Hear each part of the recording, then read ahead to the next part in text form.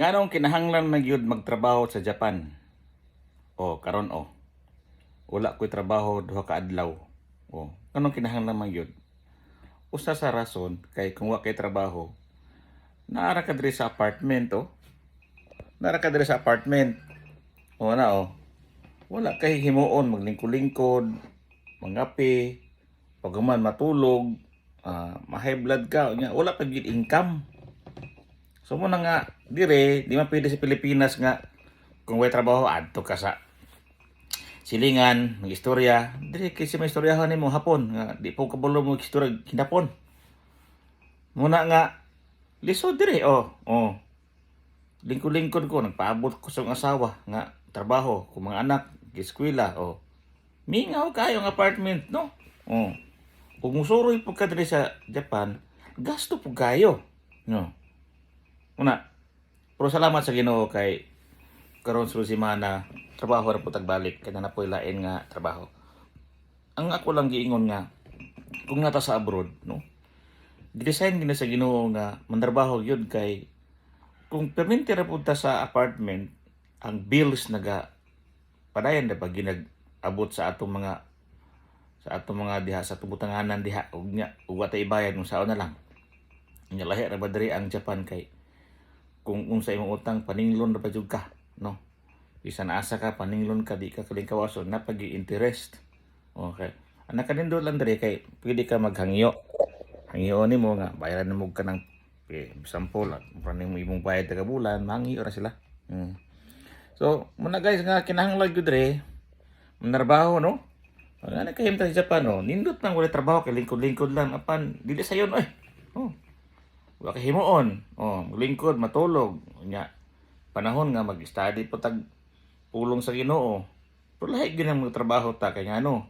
Sa trabahoan na ay mga kaabang mga Pilipino, makahalubilo nimo, masira nimo sa pulong sa Ginoo. So ang Japan ang mga pastors no gi-design gyud diri nga manarbaho no. Gawas siguro katong dili ka trabaho. Pero kanang mga descendant mo nga dire mga pastor gi-design gyud ta nga manarbaho kay dili man ta makaadto sa balay nga weekdays. Kay ngano nagtrabaho ang mga tao ala imo na lang tandugon sa ilang pagtrabaho no.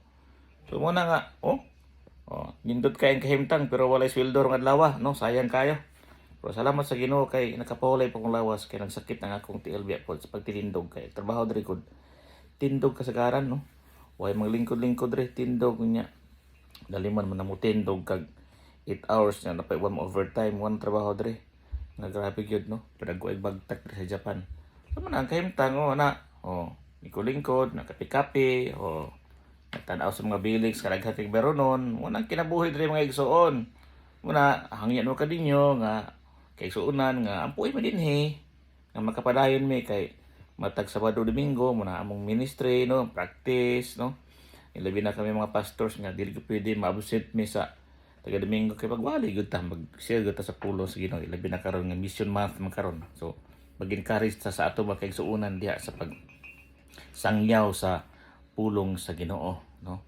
Muna kinahanglan gyud nga maningkamot no, maningkamot kay para man po na sa atong kagmaon labi na diri sa Japan nga lahi man diri nga di man pwede diha nga sa Pilipinas nga natay madaulan diri maningkamot sa imo kay maulo pug ka mato sa pikas nga sila pod kinahanglan pa sila kwarta no. So maningkamot nga para ma-provide ang mga kinahanglan kay mao na ang pamagi gud sa Ginoo nga i-provide ang kinahanglan nga atong kusog kay kung sa balay ra pud ta sa apartment ra pud ta mamahimo nga for example si kag wala kay trabaho unya kun high blood ka siyempre ang lawas nito kinahanglan maglihok no.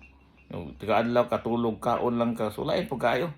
So ana lang nga kung naay trabaho manarbaho no nga namata diri sa lugar nga dili atong lugar Pilipinas, lugar nga kini nga mga tao katrabaho so magtrabaho ta kanunay kay ang pagtrabaho muna ang pamaagi nga ang Ginoo maghatag nato sa atong mga kinahanglan igsuon no. Kinahanglan ta magkayod kanunay magtrabaho para makabot ang atong mga gipangandoy sa kinabuhi. Dalay ko ng Dios og mayong hapon, adlaw ug good morning kanatong tanan.